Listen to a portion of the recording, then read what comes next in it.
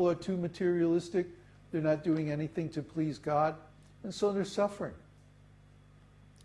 Well, we would like to stop that. We would like to help people understand Krishna. But mostly they don't want to. So this is their misfortune. What can we do?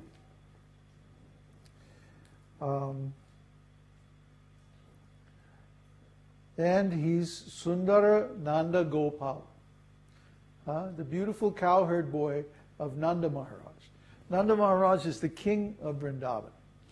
He's the king, but he's not a king in the usual way. Really means he's the leader of the community of cowherd men.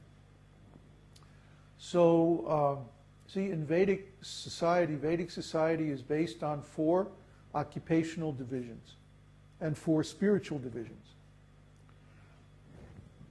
The occupational duties are, one can be a brahmana or priest or intellectual, one can be a kshatriya or a king, administrator, one can be a vaishya, means a farmer or a tradesman, or one can be a shudra, which means like a worker or an artisan.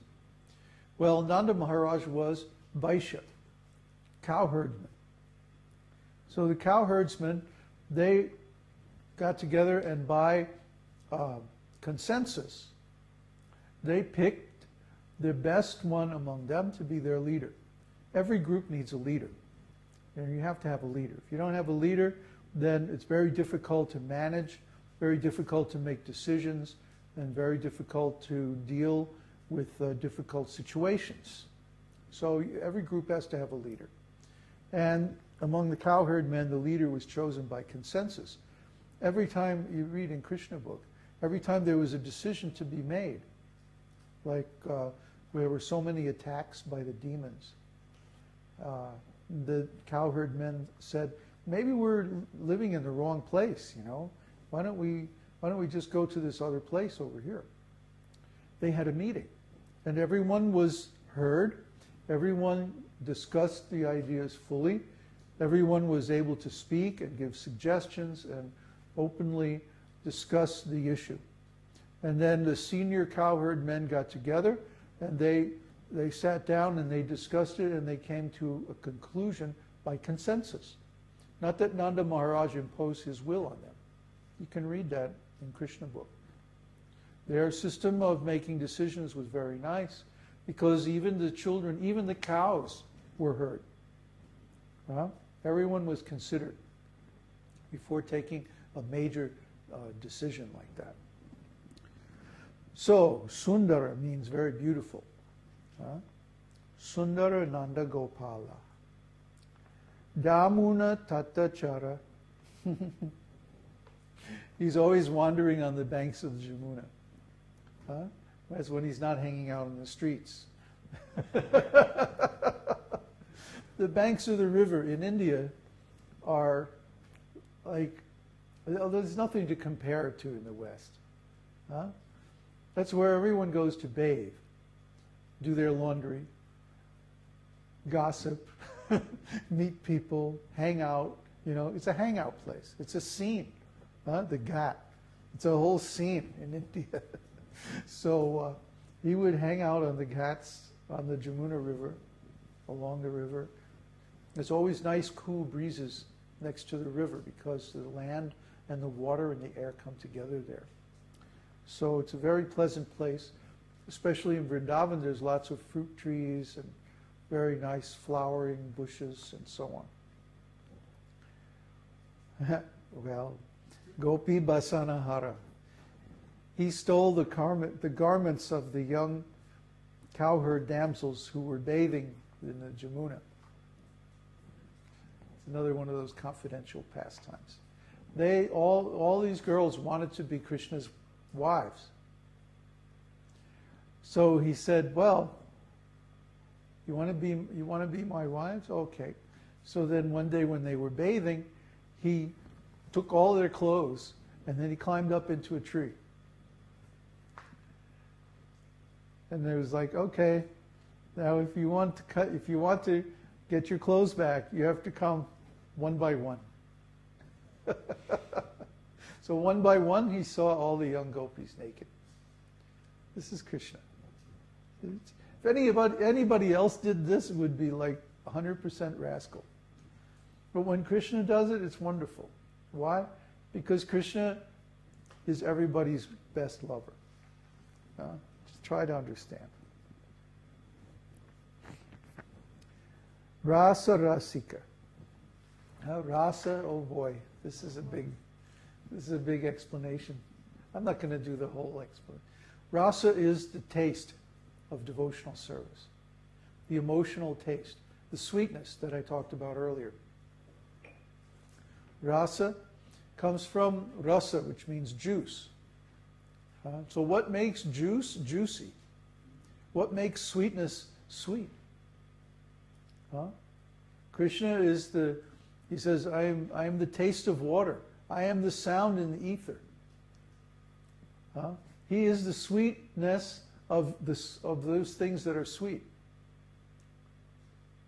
Krishna is the juice, the thing that makes everything relishable, that makes everything tasty. That's Krishna. So rasa-rasika means one who enjoys rasa. So he not only is the taste of it, he also relishes that taste. See?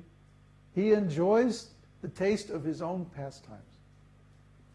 Sometimes there's a story of Krishna, when he first went to Mathura, would see his reflection in the polished walls of the palace, and he would be fascinated, like, who is that? He was supposed to be this naive cowherd boy, just grew up out in the sticks out in Vrindavan. So he would see this beautiful form, and he would be attracted. That's why Lord Chaitanya appears. Krishna appears as Lord Chaitanya to relish his own pastimes, to appear in the role of a devotee, his own devotee, and taste that sweetness. That's Krishna. Kṛpāmoya. Kripa means mercy. And moya means a state of beingness. So Krishna's very state of being is mercy. He is mercy personified. He's very, very, very merciful by nature. That's his normal state. Śrī Radha-vallabha. He is the lover of Srimati Radharani. Radharani is even more esoteric than Krishna. I'm not going to try to explain Radharani. Radharani is like the female form of Krishna. It's stated that Radha and Krishna are one, but they separated themselves forever to enjoy pastimes. Yet every night they meet in the forest of Vrindavan, and after engaging in their pastimes, then they merge together again. This is a great secret, a very deep secret. The relationship between Radha and Krishna can only be known by becoming the servant of Radharani. And that's what Lord Chaitanya offers us. Lord Chaitanya appears in the mood of Radharani, and he offers this especially exalted mood of Srimati Radharani to all of his devotees, all of his followers. So by serving Lord Chaitanya nicely, we can actually understand Radharani, which is very difficult to do because she's very esoteric, even more esoteric than Krishna, more difficult to understand than Krishna. So I'm not going to say any more about that. That's a whole different topic. Vrindavana Nattabara. Nattabara means the dancer, the expert dancer, the dancing teacher, actually. So he teaches the whole Vrindavan to dance. He teaches everyone how to dance. Krishna is the most expert dancer. And finally, Bhaktivinod Ashraya. He's the shelter of Bhaktivinod.